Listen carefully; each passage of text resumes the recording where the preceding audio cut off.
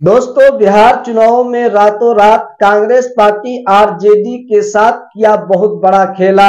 RJD से गठबंधन तोड़कर कांग्रेस पार्टी एमआईएम पार्टी के साथ गठबंधन करने को किया ऐलान।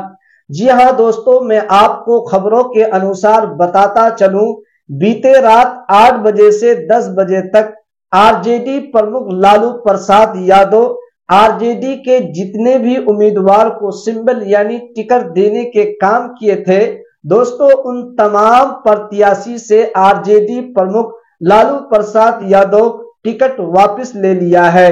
उधर एनडीए में नीतीश कुमार सीट शेयरिंग पर बीजेपी से काफी नाराज चल रहा है। इधर कांग्रेस पार्टी आरजेडी से काफी नाराज बताया जा रहा है। दोस्तों, आप इस तस्वीर के जरिए से देख सकते हैं, कांग्रेस पार्टी के युवा नेता और फारबिसगंज विधानसभा से कांग्रेस पार्टी के भावी उम्मीदवार प्रत्याशी जनाब रहमत अली फेसबुक पर एक पोस्ट शेयर किया है। कांग्रेस पार्टी की बड़ी बैठक हो रही है दिल्ली में। हो सकता है कांग्रेस पार्टी बिहार के सभी 243 विधानसभा सीटों पर चुनाव लड़ेगी।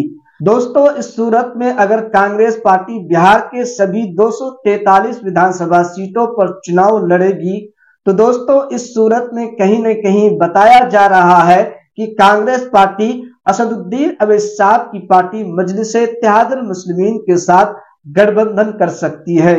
दोस्तों, आप लोग इस खबर के मुतालिक अपना राय क्या रखना चाहते हैं, हमें कमेंट के जरिए से जरूर बतलाइए।